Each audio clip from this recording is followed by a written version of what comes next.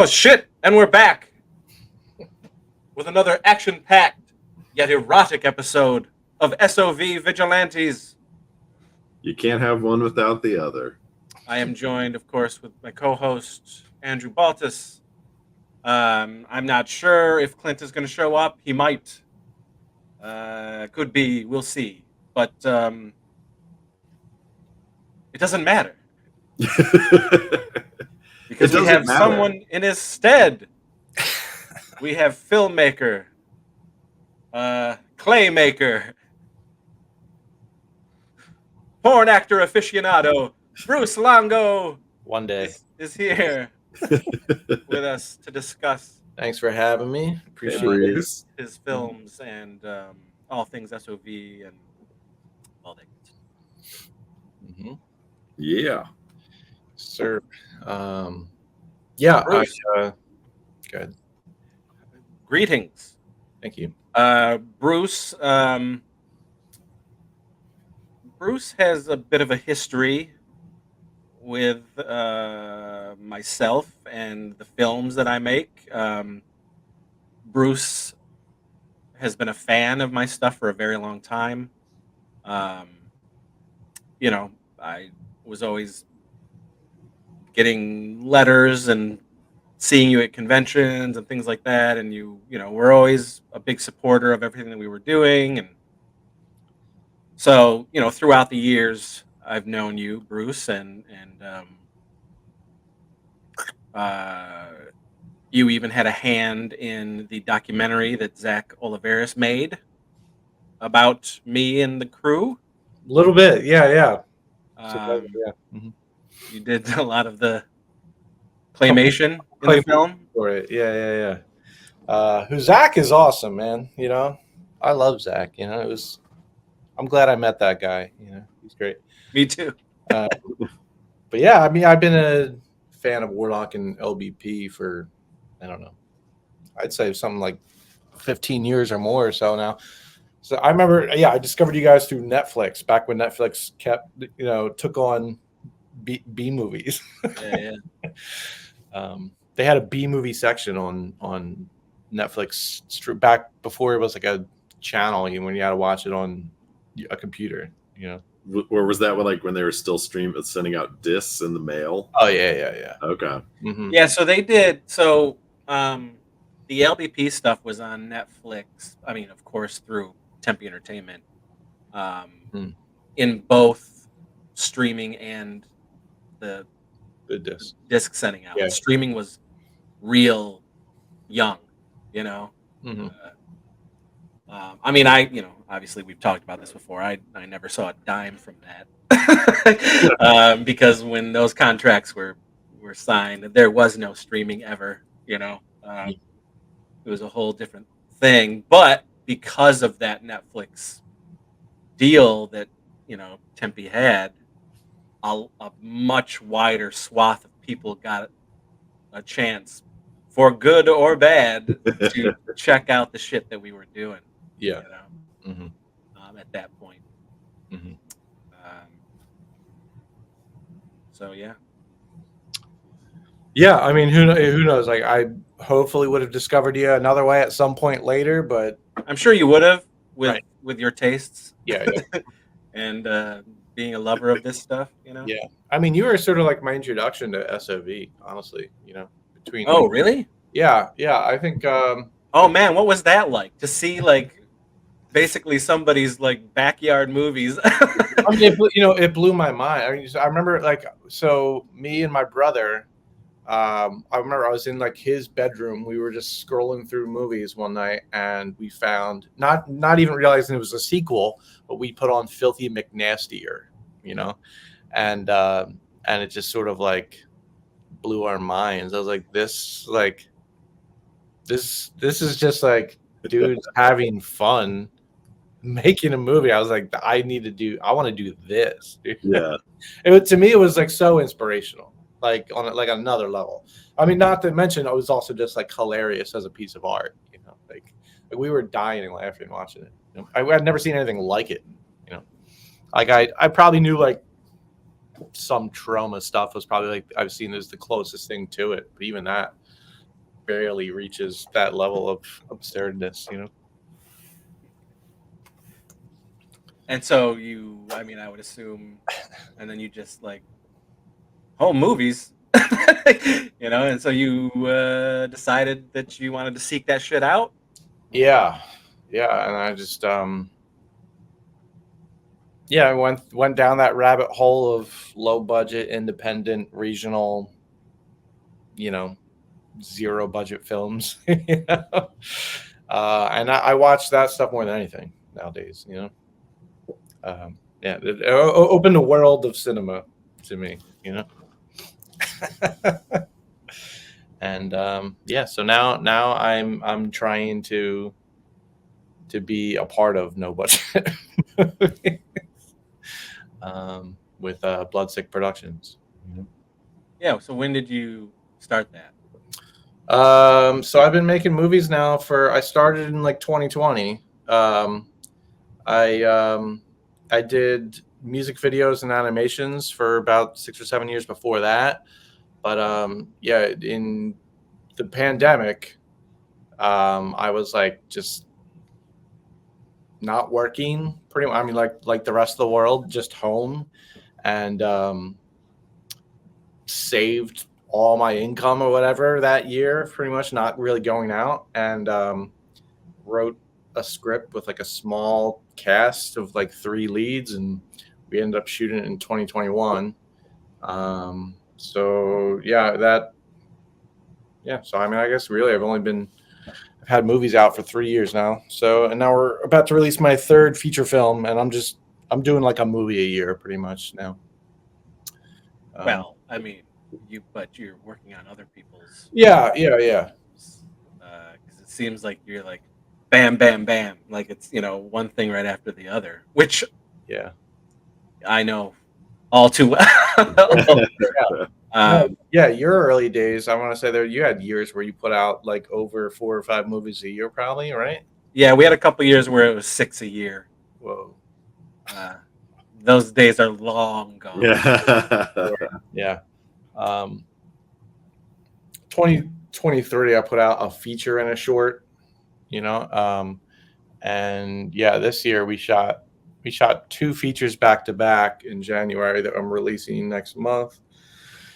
And then I just acted in a movie with this director, Tony Moran, last month. And now I'm gearing up to produce a movie with another director we're going to shoot this winter. But this feels like the busiest year for me. Oh, I also did a music video, and I'm shooting another music video next month. So this is like the busiest year I've ever had, I think. It's awesome. Yeah. Mm-hmm. So if you, how would you describe the films that you like to make to a person who, you never know. You don't know. So if you were going to introduce, hey, I'm a filmmaker and this is what I do. Yeah. What is it that you do? Yeah. People know. I describe my movies as metal punk serial killer films shot on VHS. And they're kind of a love letter to the 1990s SOV horror films that I loved over the years. I use a lot of like local underground like metal bands. The cast is kind of like a mixture of like Philly actor friends, musicians, and fetish models, and then I try to get at least 1 or 2 like SOV legend cameos for my movies. Speaking of cameos, that's someone right now. I'm sure it's David the Rock Nelson. I was gonna guess it was David the Rock Nelson. Yeah. What if it actually is?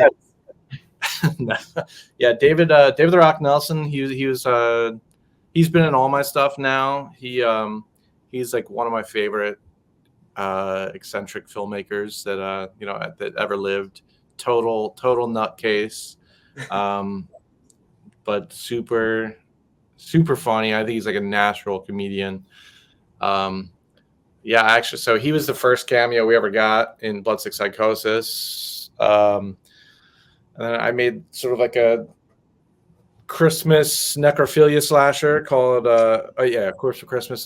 He came back for, and I got Joel D. Winecoop, who's known for like he's made his own movies, but he's like best known for like the Tim Ritter stuff. He's in like all the Truth or Dare movies and Creep and Killing Spree and stuff like that. And then for my new movie that I'm about to release in 2 weeks, Coven of the Black Cube, I got this like trio of actors from this group called Warlock Home Video. This guy, Chris Seaver, Andrew Baltis, and Meredith Hush. I think I've heard of them before. Yeah. And then I also got Tina Kraus, who I think you did a movie with her like a long time ago, Chris, right? Yeah. 2000. Okay. I think of her more as like a Wave Productions girl, because I feel like she's done like over 100 movies with them.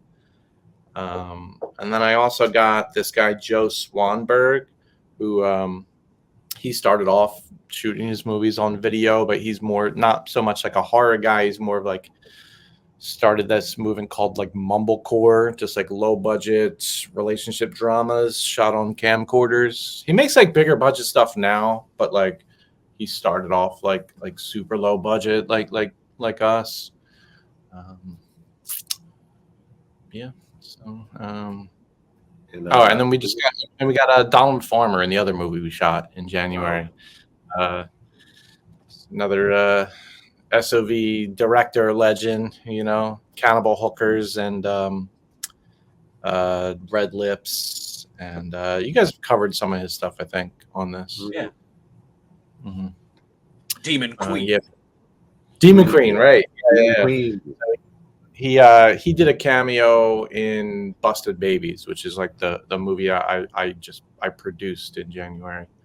That was directed by this girl Casper Melted Hair. She's an actress I worked with. We made 3 movies together now, and Casper's done like 4 or 5 movies with Donald. So it was like pretty cool to like then put him into like her movie. And that's the movie you're double featuring on this road double show. Featuring, yeah. Mm-hmm. Yeah. So Coven of the Black Cube and Busted Babies is it's going to be a double feature tour. We're playing. Yeah, we start August 1st in Kentucky, and I think we're playing like 16 cities. And yeah, we shot these 2 movies both on VHS back to back with the same film crew. And a decent amount of like overlapping cast as well. So we basically shot 2 movies in 2 weeks back to back. Other than that, they're like not similar at all. Like my movie, Coven of the Black Cube, is sort of a like a true crime inspired witchcraft lesbian romance drama, and then Busted Babies is sort of like an absurdist like dream logic trash art film. I don't know. So it's a hard one to describe, it'll be a weird one for sure. So yeah, that'll be it's doing a double feature road show August 1st through like September. We'll be on the road. Awesome. Yes, sir. Making a pit stop here in Kansas City. Yes, sir. With 18th of August, I think. It is, yes, 18th of August at the Stray Cat Film Center. Yeah. Which it's cool, like we actually got a decent amount of Kansas City people in that movie, between you and Meredith lives there as well, right? Mm-hmm. And then Elijah and Emily, who are co-hosting that screen, both cameo in it as well. So yes, little 4 people from Kansas City all in that movie. So that'll be fun. Yeah, they've been fucking living there forever, and I've yet to have a movie play in Kansas City. Hey, man. Oh, it's like, I mean, come on, throw me a bone. We need to have you out for Analog Sunday, Chris. For who? Yeah. For Analog Sunday would be great for you, I mean, so Elijah, I met, he was just like a fan of my first movie, Bloodstick Psychosis, and yeah, he runs that event. It's like once a month on a Sunday night. It's just like a free screening of a movie on the original VHS. Is his whole thing, you know. And yeah, we had a blast doing that event. You know, it's at this like really cool. It's like the '90s Rewind dive bar. It's underneath a movie theater, but they have Yeah, like a pretty cool system. I've been to the theater. I haven't been down Oh, to the. Yeah, I think when you were in town, Rewind wasn't here yet. Oh, It's Gotcha. relatively new, and it's kind of hard to find. I mean, literally, you go down the back alleyway, and it's like, unless you know what you're looking for, there's just like one door, like one small little door in this alley that says Rewind Video, and then you go down a bunch of stairs, and it's like it just explodes with nostalgia once you get in the door. Yeah. It's an awesome space. Yeah. So Yeah, everything is like neon. It's like wall to wall, like old vintage stuff. They got like the one room in the corner full of like videos, like all VHS stuff. They got like the old box screen TV that somehow linked to the projector, so you can watch the same thing that's on the screen over in like the tiny, the old yeah, 80s they I have no idea how they link all of that up, but they have like a literally like an old school wood tube TV like setup that's hooked up to everything, so the movies screen on like multiple different screens when we're down there. So yeah, it's pretty awesome. Yeah, very. Noise. Mm-hmm. It'd be great to show Werewolf of Ohio down there sometime. Oh my god. Mm-hmm. Yeah. That would be something. I'd watch it. Well, yeah, we would. We'd be the only people in the theater, maybe, but we'd watch it. Damn it! I bet a lot of people go to Analog Sunday regularly just out of like curiosity and just like, you know, I never heard of these movies, but let's. What are they showing? Yeah, I mean, we've really started to notice a lot of return viewers, like people that come every single month.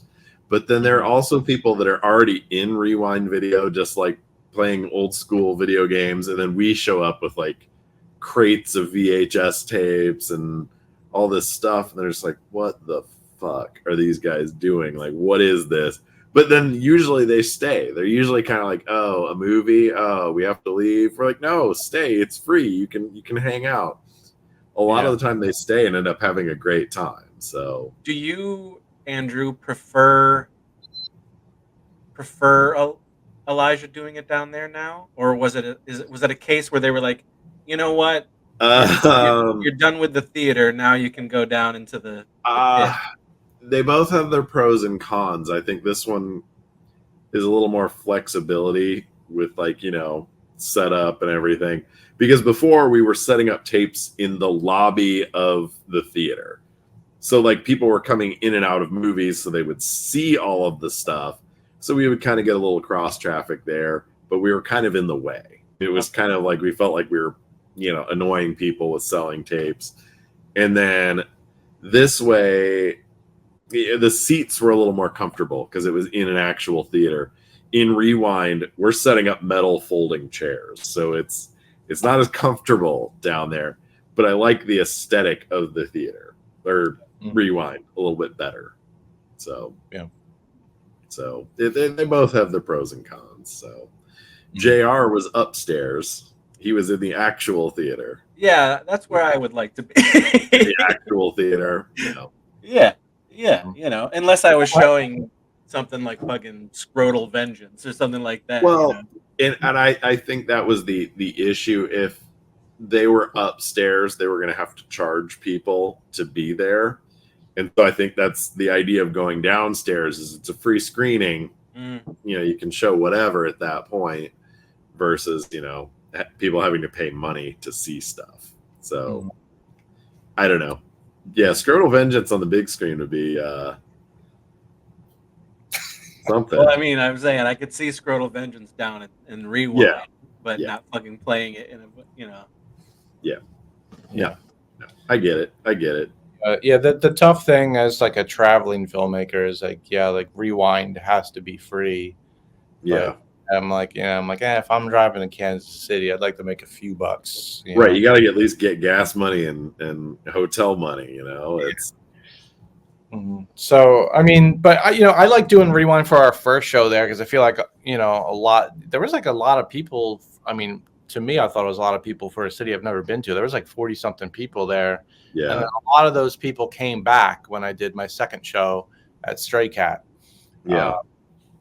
Even though it was like now you have to pay to see it, but they all came. A lot of them came back. Yeah. So that was cool.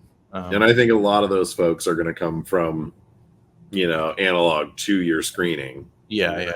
Like I said, try and hype that up a little bit and get a lot of folks to come out. So For sure. Yeah. Cool.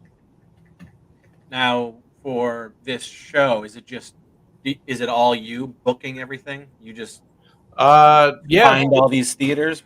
What was your path? You're like, okay, this is where we're gonna go. Yeah. So I did like a smaller version of this tour last year with Corpse of Christmas. When I put out my first movie, Bloodstick Psychosis, I played my hometown in Philly. I played like one other screen in Pennsylvania that was like an hour and a half away, and then like 2 random film fests in Canada, and that was kind of it. But then like in the year since that, like I just like met a lot of other people that became fans, and a handful of those people, when I was ready to put out my second movie, were like down to do some screenings. And so I played 10 cities last year with that movie. Most of them went pretty well, so a lot of those cities I'm going back to again now, and then we added a handful of other places too. So I feel like most of the theaters that I'm going to, I'm doing events with people that I just like met and have like become friends with. Like in my experience, it's hard to like just like cold call a theater and be like, hey, like I'm from like some other city far away, can I come here and do a movie? And they usually will just like, no. But what is this, a serial killer manipulation movie? No, hard to sell. Yeah. Right. But there's like an audience for it in some places, and like so I'm doing like mostly like indie theaters that have cult movie screenings, that kind of stuff, so yeah, I mean, like Spectacle in New York is I became like pretty good pals with this guy David Dogfood Williams, who he screens tons of weird SOV in New York. Like it's like a small little like 35-seat theater in Brooklyn, and they play like the weirdest movies ever. So I was like, all right, that's like a cool fit for us, some other stuff. There's like this guy, Matt Flynn, up in Massachusetts, who he's just like a really big fan of weirdo cinema. And he started doing these like outdoor double feature nights at a heavy metal music venue. And I'm like, that was like, all right, yeah, this sounds like our kind of place for sure. Ralph's Rock Diner, it's called. Oh yeah, that guy contacted me. Oh yeah. I mean, he's super nice dude and like very supportive of indie film. I think he did a show with JR as well when he was on tour. He was just in The Evil 1% with me, actually. Okay. That movie we shot in Detroit. Yeah, really real cool dude. So it's just like people like that, I'm doing one event in Raleigh with Josh from Lunch Meat, who he actually helped co-write this movie and is one of the stars. Are you playing at the Alamo? Does he still work there? No, he does not. Okay. No, we're playing at this place called King's Raleigh. He unfortunately, when the pandemic hit, they closed that Alamo for a long time, and they did since reopen, but for one reason or another, Josh is not there, so he hasn't been there since the pandemic hit. Okay. Mm-hmm. But if you go there, if you go to that Alamo in Raleigh, there's lunch meat stuff everywhere. Still, there's still like a lunch. Yeah, Katie and I went. Um, we saw Barbarian there, Oh, really? and Cool. there was shit. I was like, oh hey, I know this guy. I wonder if he still works here.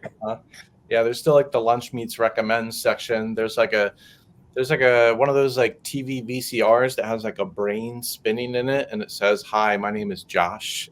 That's still there, but yeah, he hasn't worked there in like 4 years, I guess now. Yeah. Mm. But, So, I mean, that's Yeah.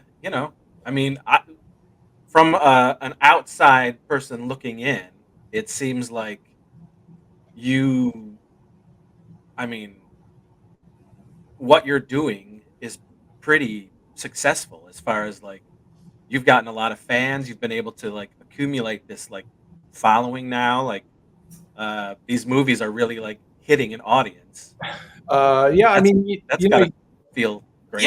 yes and no. I mean, I think compared to a lot of indie films, like I have had some success. I mean, I didn't expect Bloodsick Psychosis to like take off at all. I would have been perfectly happy to show that at my local theater and like sell 50 copies and like call it a day. But for whatever reason, we did do pretty well with it, and it's not reaching any sort of mainstream. I mean, as far as like shot on video stuff goes, like I mean, not that many people are doing that at all still, but like I think they're doing all right, and there's definitely like there's people that are into it for sure,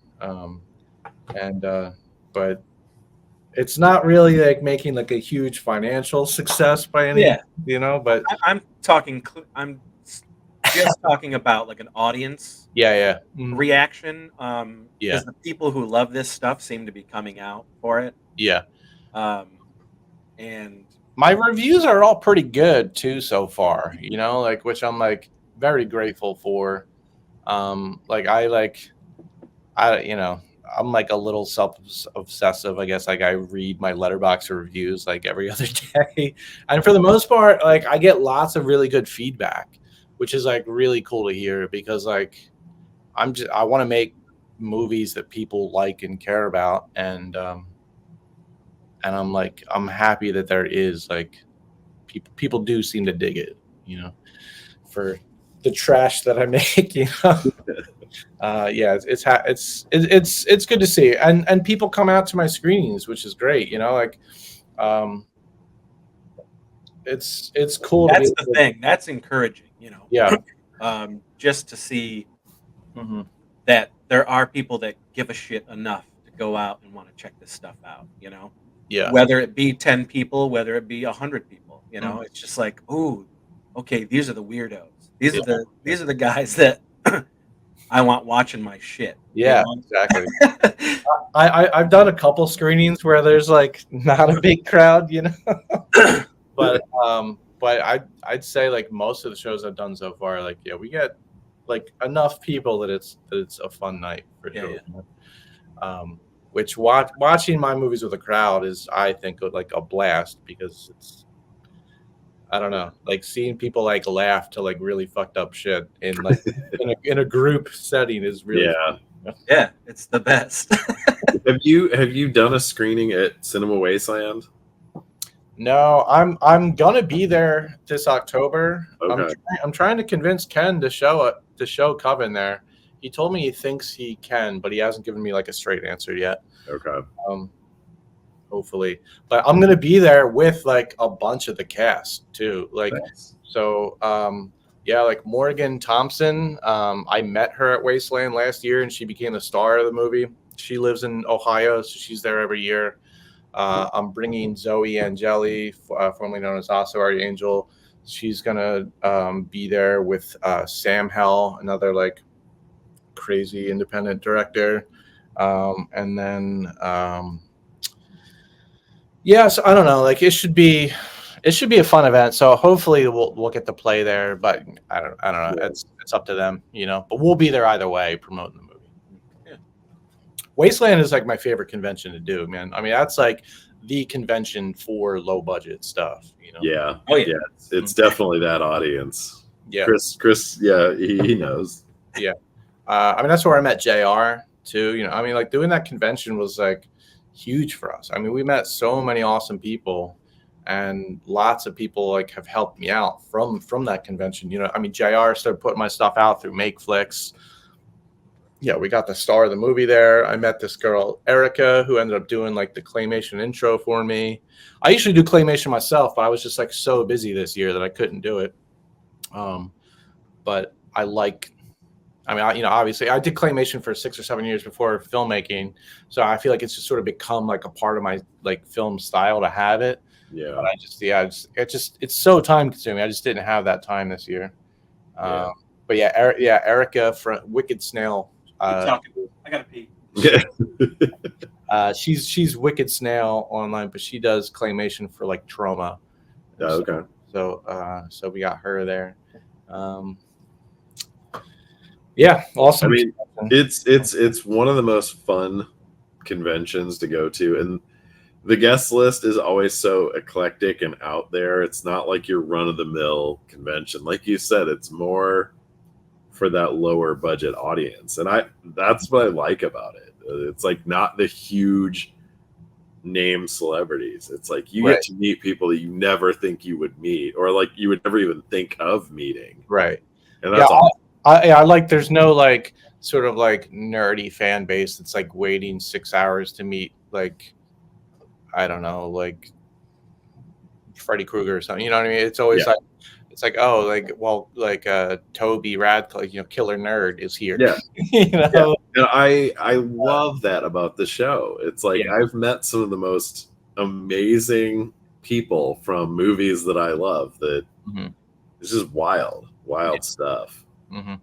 And the fans that go there are like ready to buy movies that they've never heard of, which is cool. Like so many people that just come up and they're like, oh, what's your movie? This sounds cool. It's not like that at like a lot of other movie conventions, they're just there for like, ooh, I'm here to see Terrifier 2 or like, whatever super popular. Like they're not really there for other movies or to learn about new movies. And Wasteland is like, people really go into it with that. Yeah, I was really bummed to miss this last one, because it was themed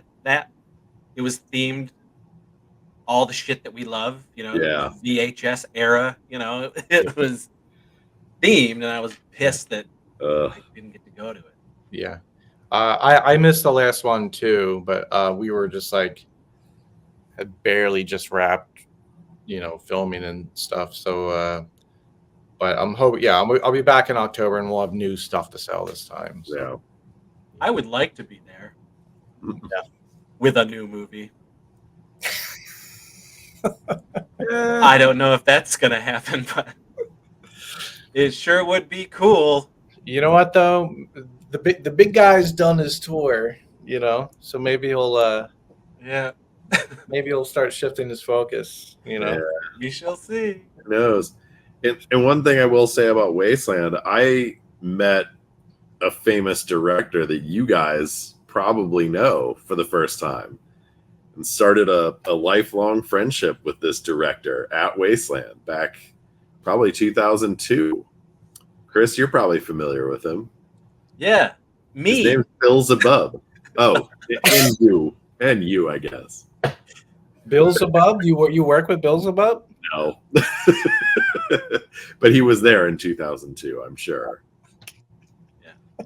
But Chris, that's how I met Chris, was at Cinema Wasteland. That's awesome. So, got a history. Yeah. That's great, man. Yeah. So, Bruce, tell everybody where they can get your shit. So first and foremost, you should definitely come to the Bloodsick Double Feature Roadshow, and we'll have all of our stuff for sale at the screenings. I'll put up your info. Yeah. Find me at Bloodsick Productions on Instagram. I've got a web store, bloodsickproductions.bigcartel.com. So Coven of the Black Cube and Busted Babies is available to pre-order now. They'll be shipping after the tour, probably like late August. And then Bloodsick Psychosis and Corpse of Christmas are available now. I also just put out a new Blu-ray.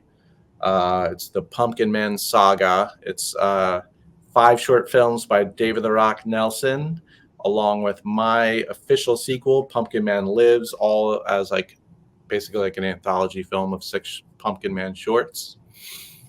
You can also get my stuff at makeflix.com or diabolicdvd.com. And we got new stuff coming this year too. We've got so I'm starting to like branch my label out to release other filmmaker stuff. So Busted Babies that Casper Melted Hair directed, obviously, and David the Rock Nelson stuff. And then I've got a new release from Susanna Capostasi coming up. That she made a movie with Tim Ritter, another SOV legend. It's called The Emasculator. That'll be coming out probably this fall. And then I'm got a new movie that shoots this winter. I'm working with Hugh Gallagher. He was like a big 90s SOV guy, known for like the Gore trilogy, Goregasm, Goretica, and Gore horror, stuff like that. So he's directing his first movie in 30 years, and I'm producing. We're using my film crew and stuff, so we're shooting that in the winter, and so hopefully we'll be releasing that shortly after or whatnot. So are you shooting that in Philly? Yeah, we're shooting in Philly. Yep. Mm-hmm. So that's that. That's stuff. Mm-hmm. Well, yeah. As with every SOV vigilante, we recommend a film that we think you guys should check out, for good or bad. Yeah. But it's something that we like. And so this is no different. We're going to have Bruce talk about his, and then we'll go Andrew, and then we'll go me. Cool. So Bruce, why don't you talk about the film? I have the trailer pulled up. Why don't you talk about the film that you picked? Yeah, that you want to recommend to people. I picked a weird one for you guys. It is called In Our Garden.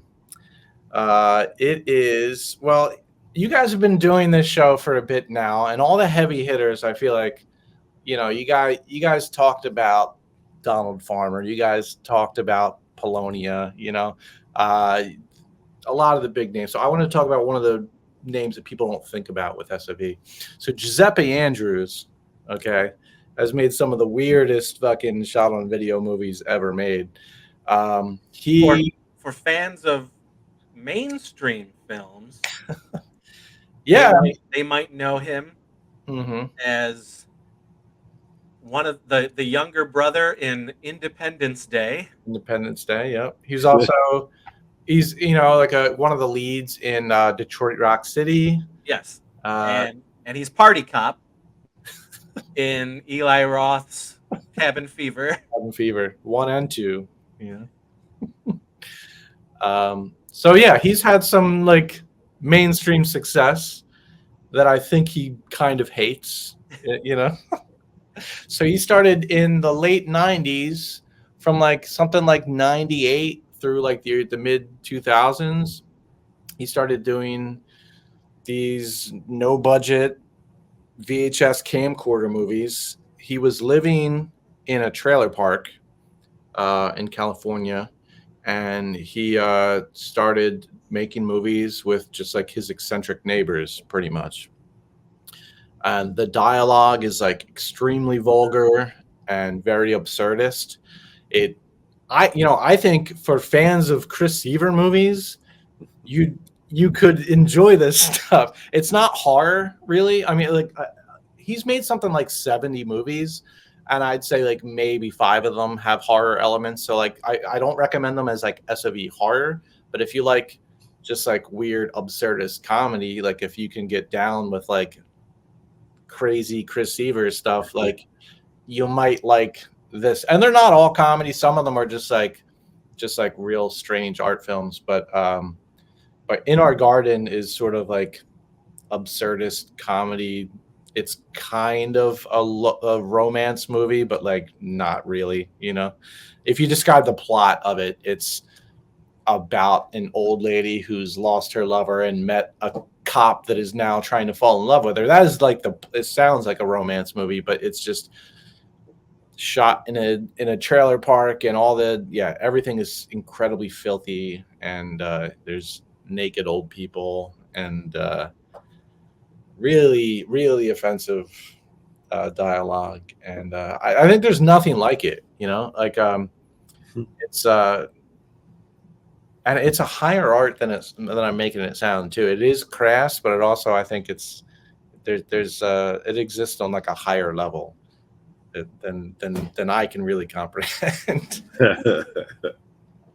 But yeah, and interestingly enough too, like this is as a filmmaker, I discovered him through the Criterion Channel. I mean, like Adam Rifkin, who directed Detroit Rock City, made a documentary about Giuseppe Andrews called Giuseppe Makes a Movie. And it's about Giuseppe shooting a movie in 2 days with a budget of $200 or something. And watching that, it reminded me a lot of like Zach's movie, No Budget Heroes or Zero Budget Heroes.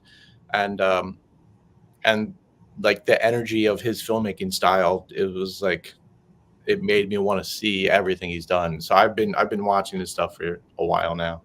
But In Our Garden, let's check out the trailer.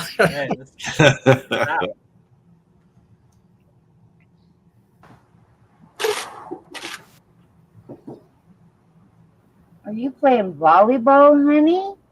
In our garden, you played volleyball. Don't drink too much. You could get alcohol poisoning and die.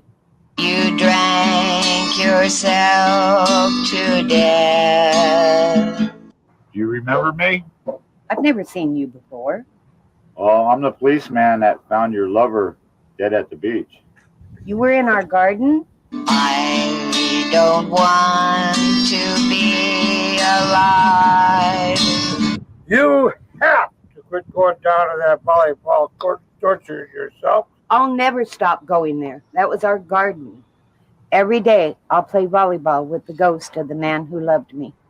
Gail Wells stars as a 60-year-old woman who had her ear bit off by a pony when she was a child, so now she wears a plastic elf ear to cover up the damage. Her lover died of alcohol poisoning on a volleyball court, and now she talks to her plants and tells them to cut down on their drinking. She meets and falls in love with the cop who found her lover rotting by the net, and then with her dead lover's father.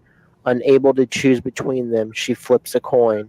Volleyball brought them together. A rape reenactment tore them apart. In our garden, you played volleyball. You drank yourself to death.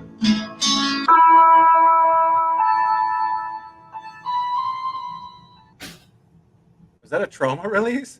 So yeah, Troma is the only company that's ever released anything by Giuseppe Andrews. I think they had this trailer on one of their DVDs, but I don't think they ever actually released the film. Troma put out Touch Me in the Morning, and then they put out Trailer Town, and then there was also like a Best of Tromathon DVD that has like a bunch of shorts, and some of his short films are on that.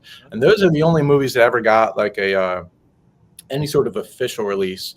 Other than that, Giuseppe Andrews had like a website at one point where you just order from him directly, and that was like the only way to ever really get his stuff. So and then Giuseppe Andrews or Giuseppe Makes a Movie has like the movie that they were actually filming as a bonus feature on that DVD. So like that's the only ones out of like 70 some movies he's made. They're the only ones that ever got like a real release. Giuseppe Andrews is now sort of like out of the public eye. He's like in hiding or something. No one's really been able to contact him in like 10 years. And there's speculation as to what happened, whether he's in a mental health facility or if he's, you know, some people say he just like had a plot of land in Texas that he's like hiding at or something. But he had a bit of like a mental breakdown, and like for the most part, no one's really like seen or heard from him in 10 years. And he closed his website and anything. But luckily, there's an amazing website called The Archive that has preserved all of his movies there, so you can watch like at least like 60 of his films on the archive.org. And In Our Garden, I think, is also on YouTube. So like normally I would say like, you know, like help support your independent low budget artist, buy the movie. Yeah. But he's not selling them anymore, and like Trauma barely cares about their stuff anymore. I mean, it was their older releases that are DVD only. So I say go to the archive and watch them for free, you know. Yeah, there's a lot of weird stuff in there. I mean, there's a lot of there's real drug use. People are smoking crack out of a silly straw in this movie. There's they have a competition where they like fart and then try to kill their fart with air freshener before they smell it. That sounds like something Chris and I would do.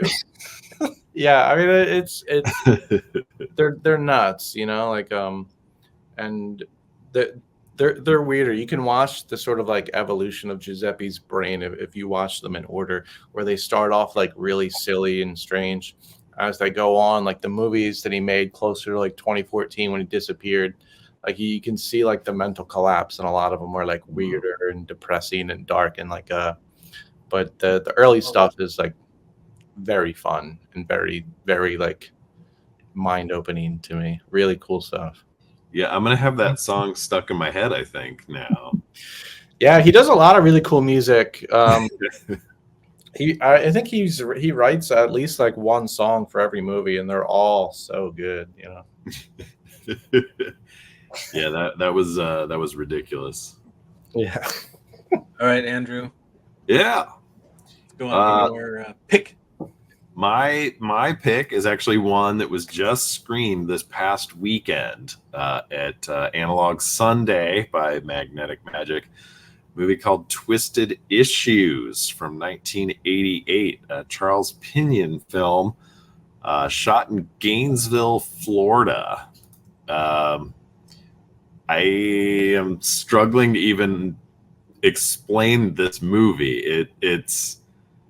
There were a couple of things that I didn't quite understand.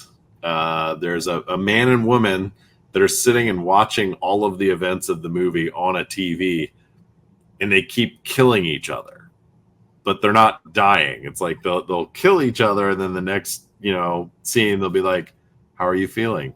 "I'm okay," and everything, they're healed, like they aren't dead anymore, but they won't die. I think the idea was that was something like God and the devil watching over this whole situation, but it follows I don't know if he was a karate champion or what martial art they say he is. He's a youth skateboarder who's also a martial artist who is getting picked on by some bullies, and he fights back and roughs them up a little bit, and then one of them runs him over with their car. So they kill this dude. They take his body out to the middle of nowhere and just throw him into the road and leave. Then a mad scientist and his apprentice they see this body, they pick it up, and they revive it, because apparently they can do that. So they revive this corpse. He doesn't like being revived. His face is badly mutilated, so they've got him all bandaged up.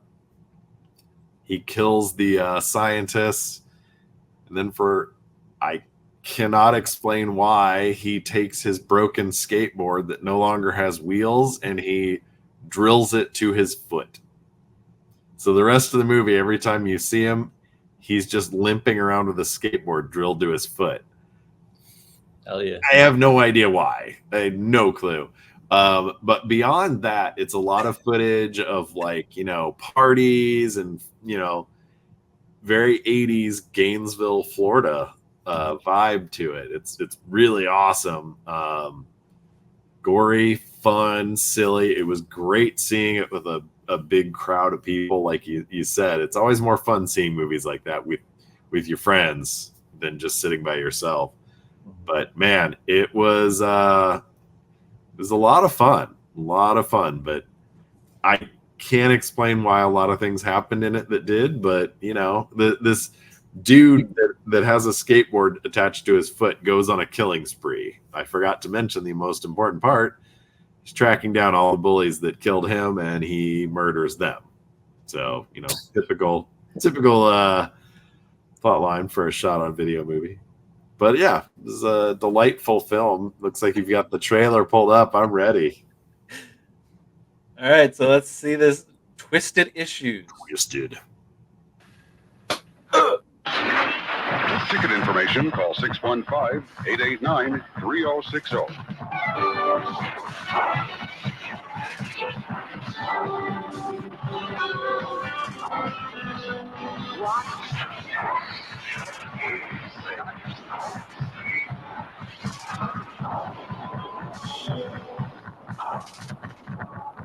Hey, laughing boy.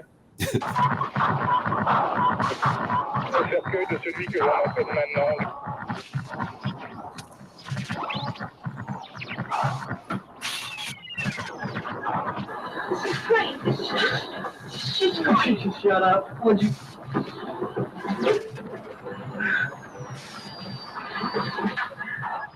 Funny.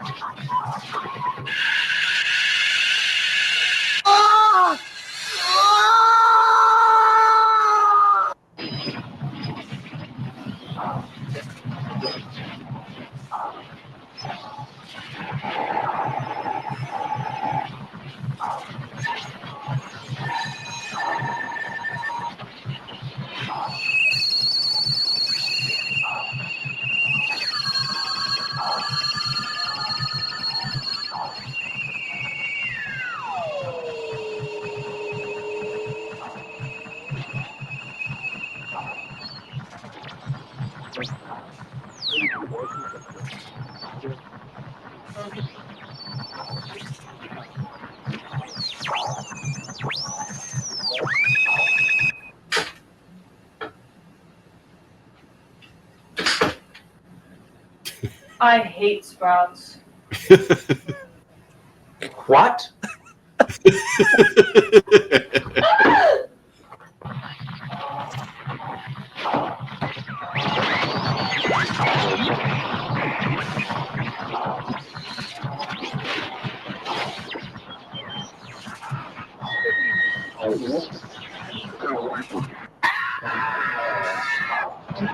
All right, dude. Party on life.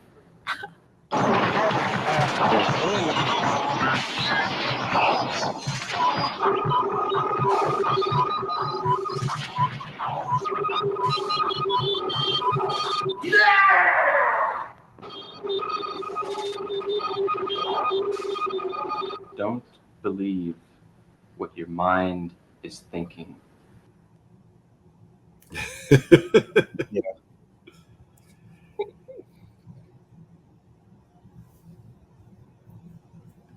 Coming on Blu-ray. Yeah, I saw the Blu-ray coming. I'm assuming that's going to be Saturn's Core because I think they did the double pack of, was it Red Spirit Lake and We Awake? Yeah.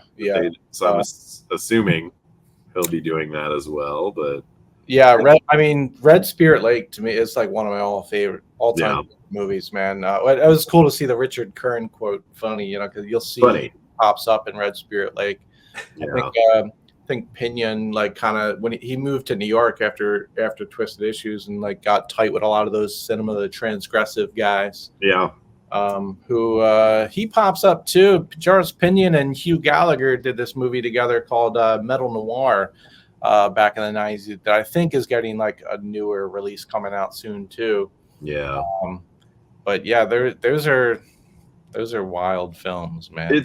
Charles Pinion is It's crazy. Well, it felt like it was far more artistic than a lot of shot on video stuff is. 100%. 100%. Like it's wild. Like, but it was really fun. Like, in the movie, it kind of reminded me of, and stylistically, it is very different, but like somewhat similar, is the movie The Midnight Skater, which I love. The Midnight Skater. I don't know that, actually. I haven't seen The Midnight Skater. Midnight Skaters. Chris, have you seen it? Yeah. Yeah, I thought we've talked about it. That's probably going to be one of my picks somewhere down the road. I love The Midnight Skater. That was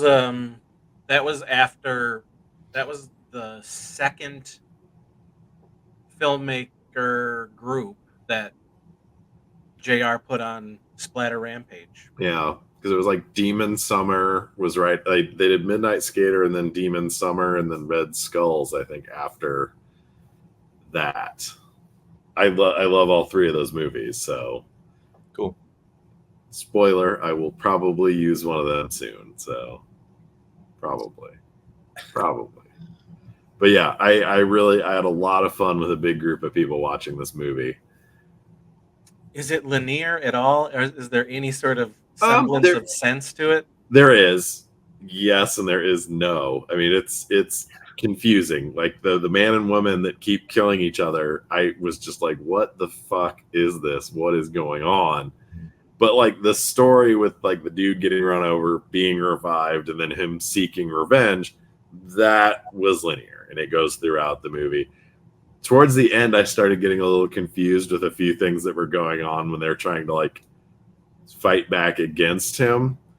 But otherwise, yeah, then it kind of takes a veer at the end where I'm just like, okay, I don't know what the fuck is happening again. But yeah, for the most part, there is a very solid story, but it's.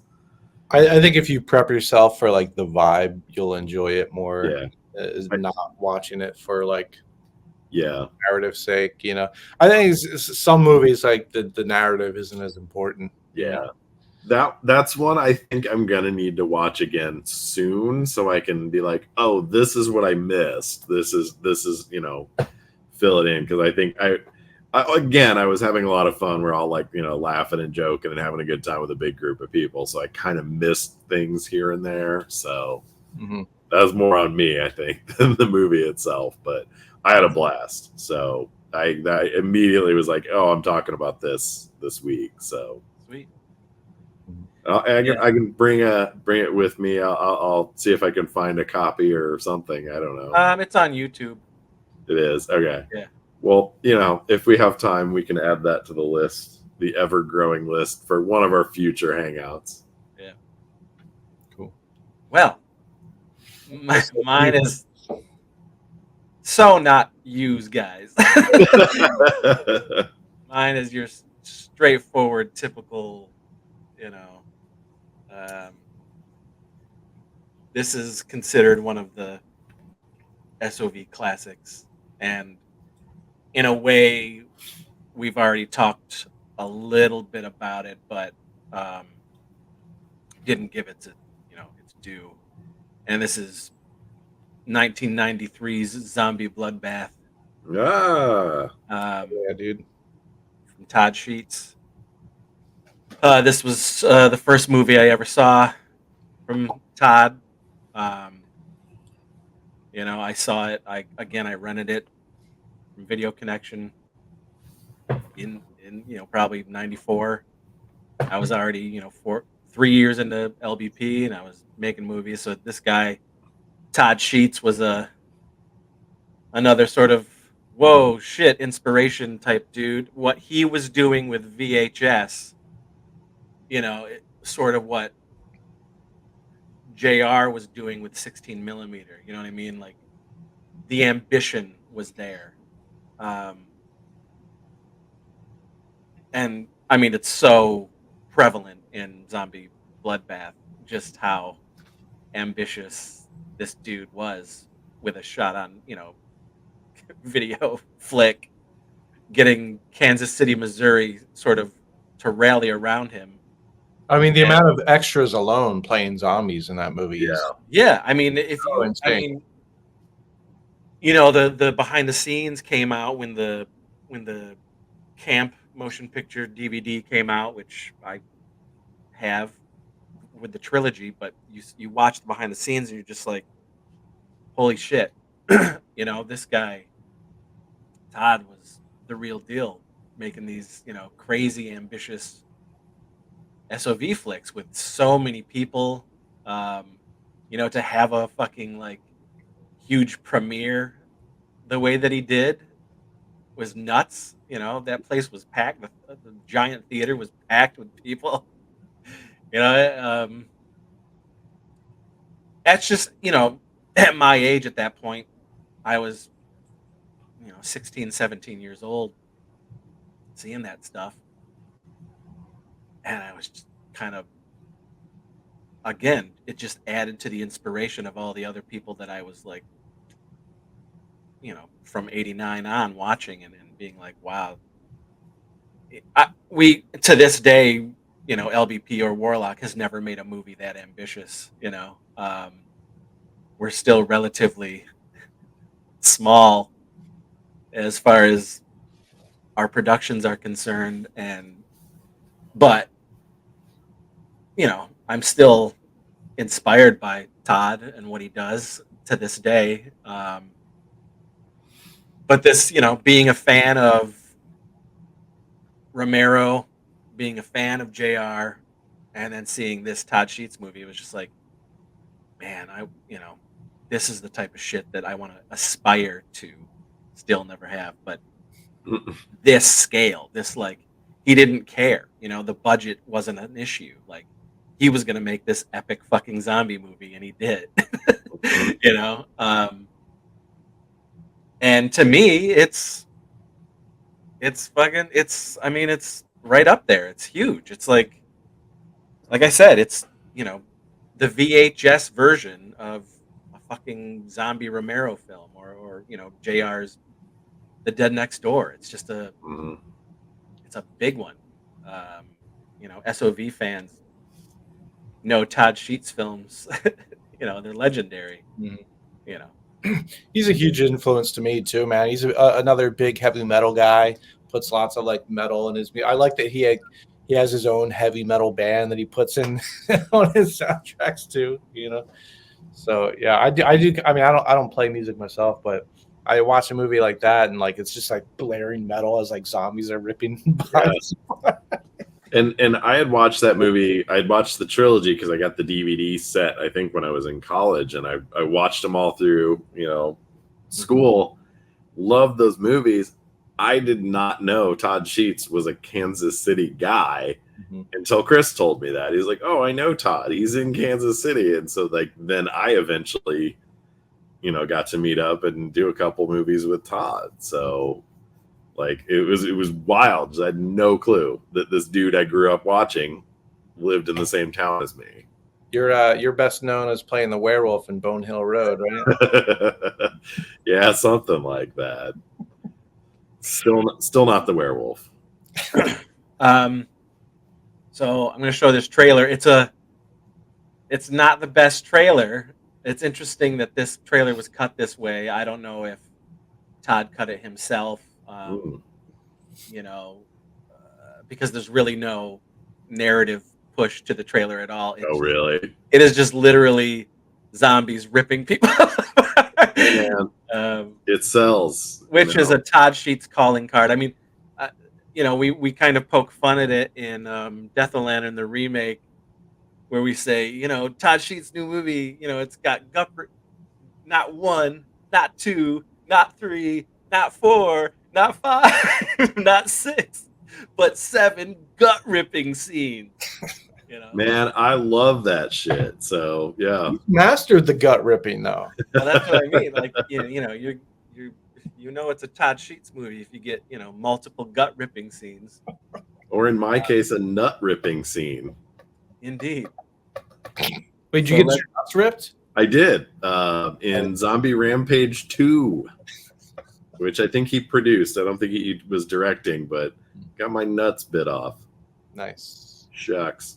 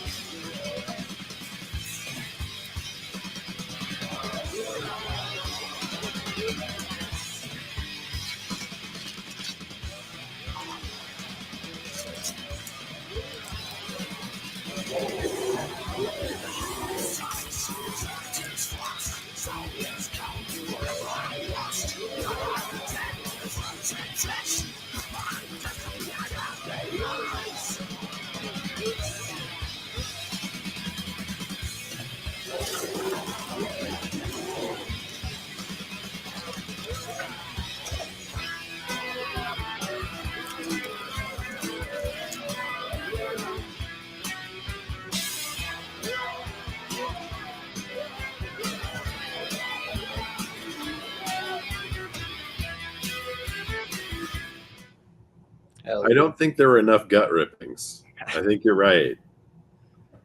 That's a sick trailer. I like it. I think those the trilogy is coming out. I think it's going to be a Visual Vengeance Blu-ray release. Oh, really? I think so. Yeah. You know, I'm not going to speak out of school, but Todd did mention it at some point. Not saying directly that, oh yeah, Visual Vengeance, but since they seem to be, doing a lot of stuff, Wild Eye, and it's the same company. They put his Moonchild movie out not long ago. Yeah, but I mean they've put out most of Todd's recent stuff. Oh, a lot more Todd's. Wild Eye. Oh, Wild Eye in general, yeah. Yeah, it's the same, same people. Yeah. So I think they're getting remastered for that. Sick. And I'm pretty excited about it because I love 1 and 3. 2, I can take it or leave it, but Is 2 the one in the convenience store? Yeah, well, that's some of the best stuff in the movie. The rest of it is just kind of like, let's get going, guys. Let's tell this story. I've got the old set. 2 is my favorite JR actor, Matthew Jason Walsh. Yeah. I love that guy. I think all 3 of them are worth watching. I mean, 1's the best, but I like them all. So yes, but Todd Sheets, we've talked about him before. Check him out. Extreme Entertainment. He's got a bunch of movies on Tubi. You can buy his movies through Wild Eye, Visual Vengeance. He's I've heard tale he's working on a new project. Cool. Currently. You mean the one with us or the one he's doing? No, the one he's doing right now. Yeah, he is, and it's secret. Yeah, that's why I didn't say anything else about it. But yeah. Yeah. I just think it's awesome that Todd is still going. Yeah. I met him years ago, like many moons ago, when he was a guest at Cinema Wasteland, and he was the only person I gave a shit about, because normally I don't really care about the guests at these shows, but I saw Todd Sheets and I was like, holy shit, this is my chance, so I met him there, and he knew my films. He knew who I was, and so that meant a lot. I was just like, oh my God, Yeah. And since then, we've had a friendship, and we are going to do something together, which I think I've talked about. I mean, we're doing Radikill. Right. Have you guys worked together before? Never. Okay. Yeah. No, just hung out. I remember there was like that High 8 movie that you guys were both a part of, but like so that was Brad Sykes. Yeah. And then he fucked over my segment, so I don't really talk about that movie. Fair enough. But Todd's a great dude. Yeah, great dude. And I'm looking forward to anything he does, and of course our collaboration in Kansas City, Missouri. That's sick, dude. next year. I'm excited for that. You shoot next year? Next year, yeah, it's the first one we're doing. I think we're going to do 3 next year, and that's the first out of the gate. Okay. It was going to be in October of this year, but Yeah. with the year I've been having so far, I gotta chill. I gotta cool out, and then, plus I don't know what's happening with the Tempe movie, Mm-hmm. and if I'm going to be called to promote it or go around, I don't know. So I'm going to have some free time anyway. So, yeah, I think we'll do it in the spring of next year. I'm excited for the Tempe movie too, man. You got to come play it here in Philly when it's ready. Well, that's something we'll talk about. Sure. Try to set that up. Mm-hmm. Come out to Kansas City. Yeah, talk to somebody who can make it happen, and I'll come out. Yeah, man. I'm gonna come out anyway, just to, because I want to hang. We've talked about it. Yeah. I always miss Andrew. If he doesn't come out here, then I want to go out there. So he is coming out for the shoot that we're doing in 2 weeks, but we don't really get to have a lot of hang time, fun. Yeah. It would be nice that if I do come out, there's a relation between. We make some magic happen. We screen some things. It would be cool. But that's not up to me. It's air producer, whatever the hell's going on. But yeah, Todd Sheets, guys, check him out. He's got a shit ton of movies, and he's a SOV legend. Ton of awesome SOV, man. He's one of the greats. Mm-hmm. Yeah, and it's and I'm sorry that it's so generic. No. And I'm saying this just to the audience as well. Maybe you've heard, if you haven't, experienced a Todd Sheets movie with SOV. To some people, anything shot on video is pretty niche. Yeah.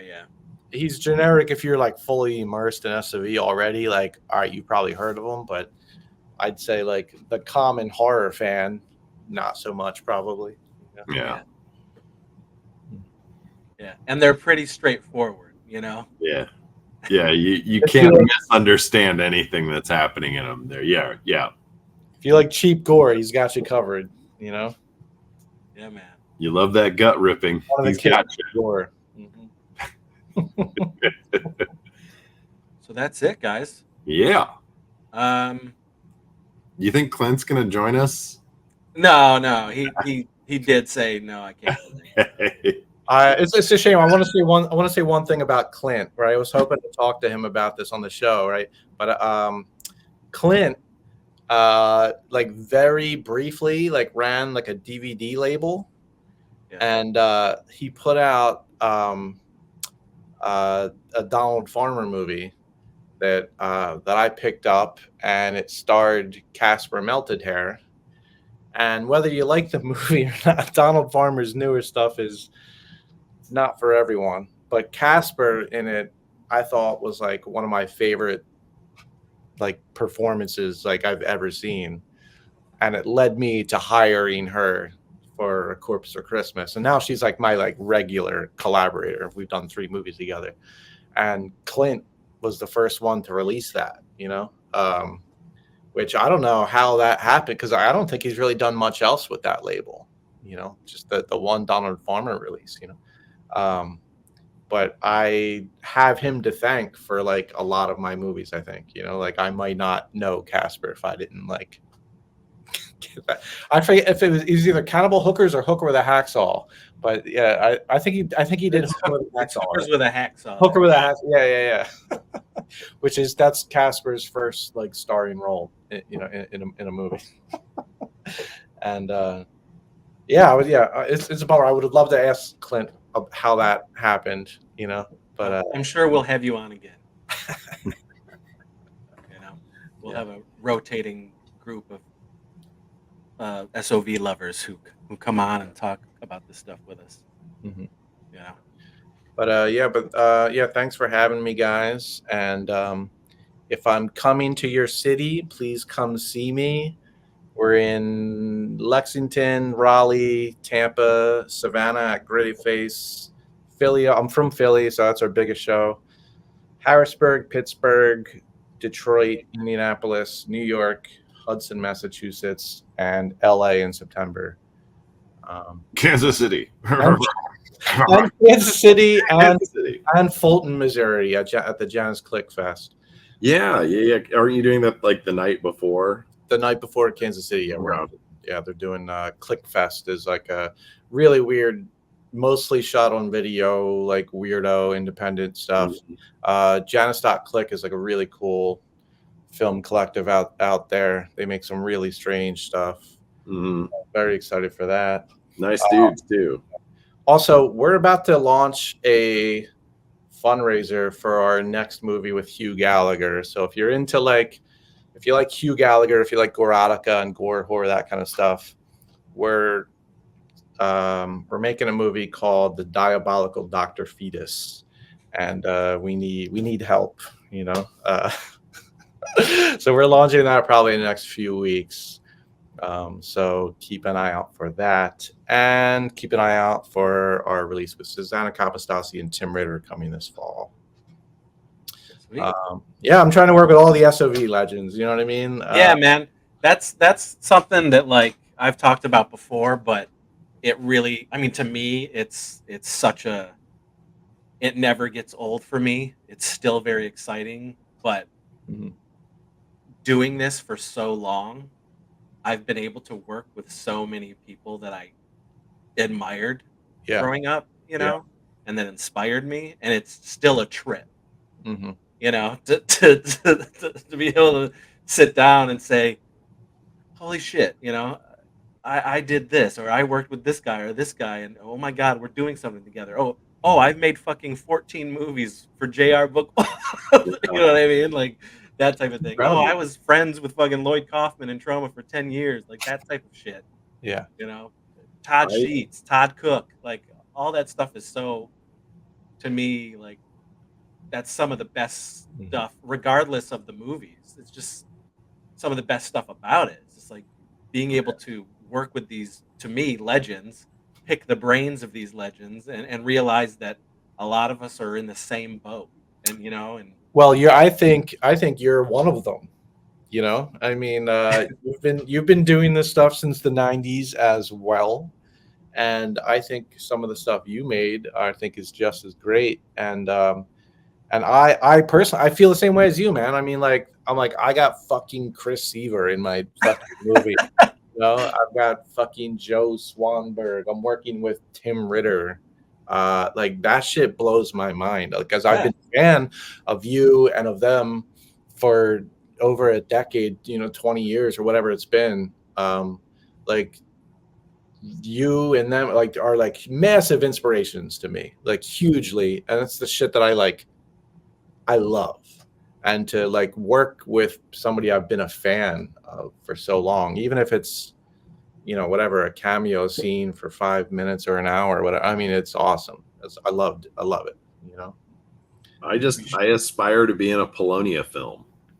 That's I want that. That can't be too hard.